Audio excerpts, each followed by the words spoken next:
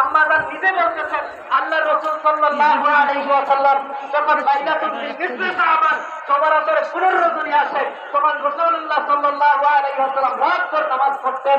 হাদিসের ইবারত হলো কামা রাসূলুল্লাহ সাল্লাল্লাহু আলাইহি ওয়াসাল্লাম ফাসাল্লা, আল্লাহ রাসূল সাল্লাল্লাহু আলাইহি ওয়াসাল্লাম নামাজের জন্য দাঁড়ালেন।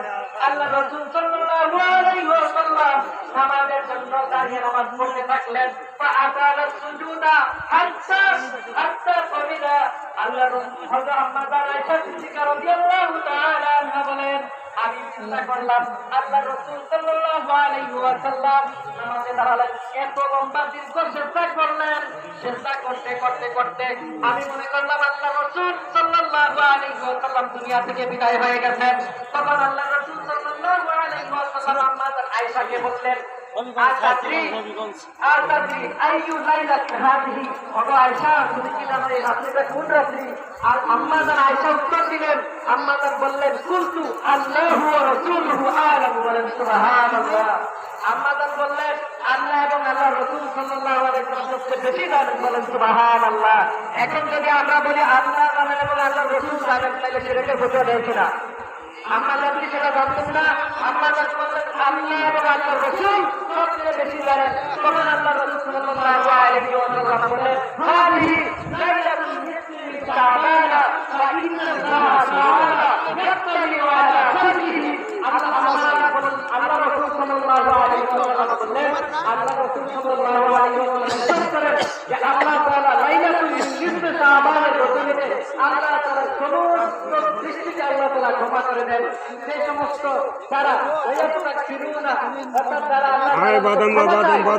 তাদেরকে ক্ষমা করে দেন, আর যারা আল্লাহ তাআলার নিকট রাত জেগে ইবাদত করে আল্লাহ তাআলাকে রহমত কামনা করে আল্লাহ তাআলা তাদেরকে রহমত দেন, বলেন সুবহানাল্লাহ।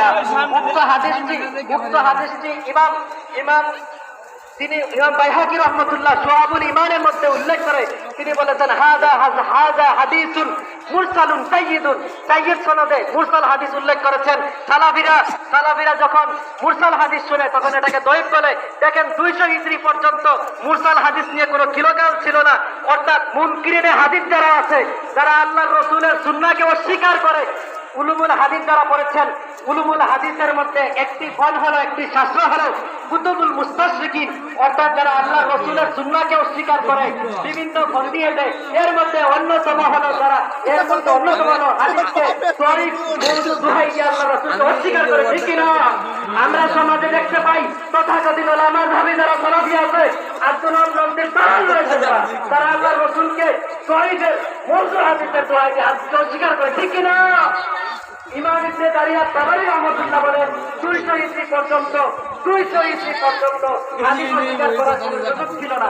আল্লাহ তাআলা আমাদেরকে আল্লাহর রাসূল সাল্লাল্লাহু আলাইহি ওয়াসাল্লাম সাহাবায়ে কেরাম তাবেঈন আউলিয়ায়ে কেরাম আমার বিশ্বনি খাতা করব ফরিদপুরি সদন্ত অনুসরণ করার তৌফিক দান করুন।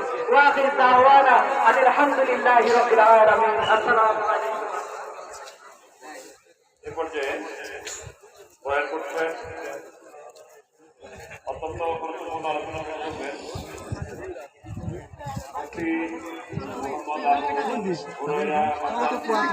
পরিচালক দারুল তাজকিয়া সিদ্দিকিয়া দরবার ও মাদ্রাসা। তিনি আমাদের মেহমান, তিনি আর অভিমত ব্যক্ত করার জন্য কোরআন সুন্নাহর আলোকে আলোচনা করার জন্য আহ্বান করছেন।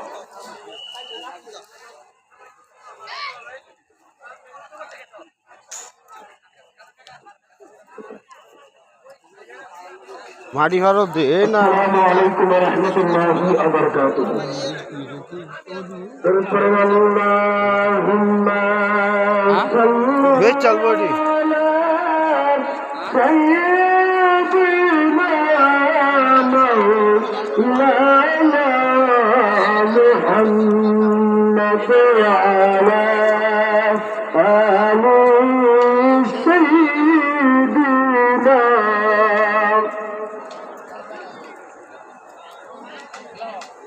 আপন